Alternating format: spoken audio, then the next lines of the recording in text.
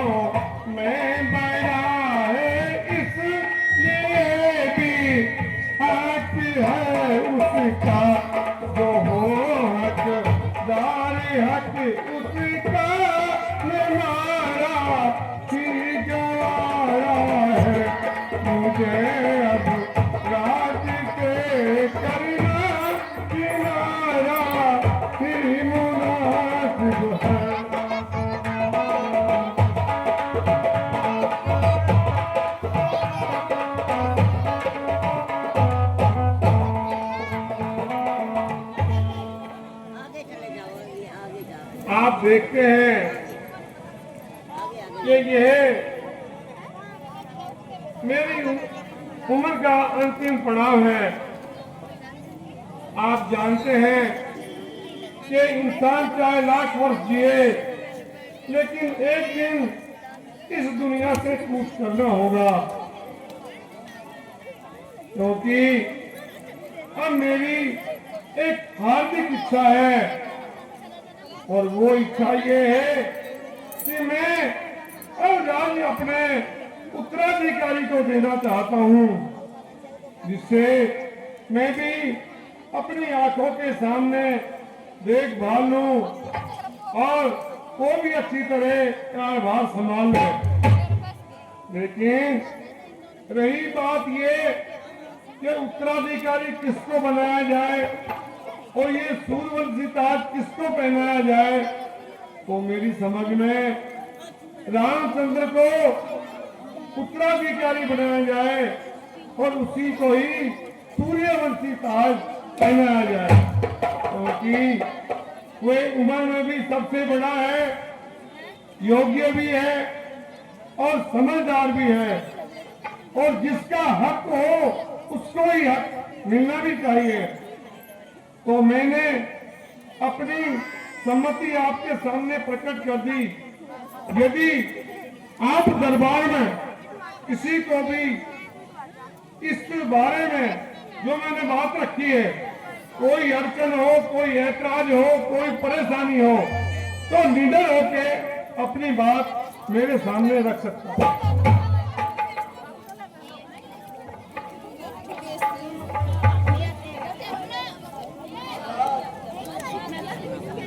आगे चले जाओ, आगे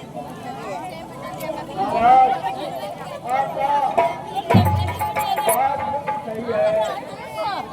और श्री राम वे हकदार हैं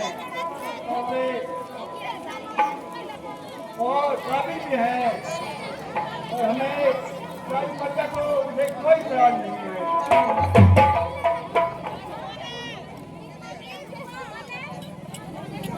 देखो, हमारी हाँ में हाँ आप लोग हर चीज ना मिलाएं।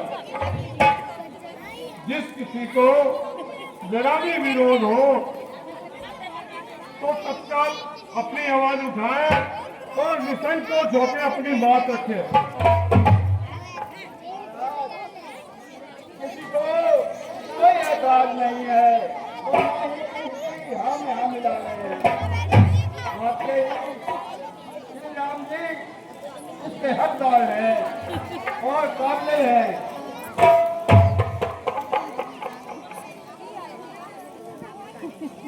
तो ठीक है, यदि आप सबका यही विचार है तो इस बारे में रामचंद्र को बुलाकर और उसको सारी बात समझा देनी चाहिए। द्वारपाल जी आप जाइए और रामचंद्र जी को बुलाकर लाइए।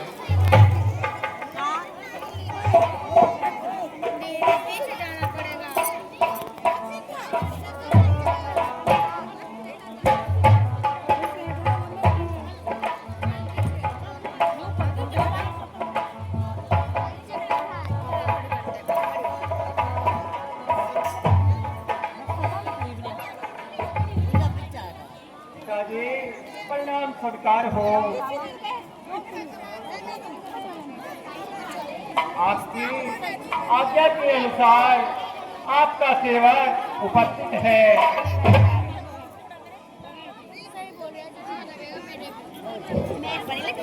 बेटा, राज्यसभा की सम्मति के अनुसार कल तुमको राज तिलक दिया जाएगा और जो अयोध्या का राज है वो तुम्हारे हवाले किया जाएगा।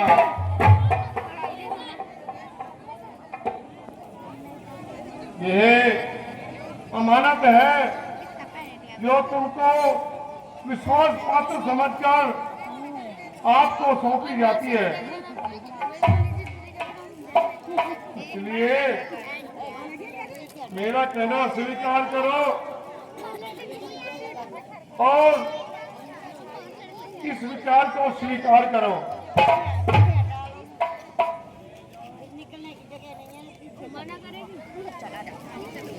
पिताजी, आपका उपदेश हमारे लिए किसी प्रकार से ईश्वर की आज्ञा के बराबर है। आपकी उपस्थिति में राम को किसी प्रकार का भी गम नहीं, इसलिए आपकी हर आज्ञा हमें मंजूर है।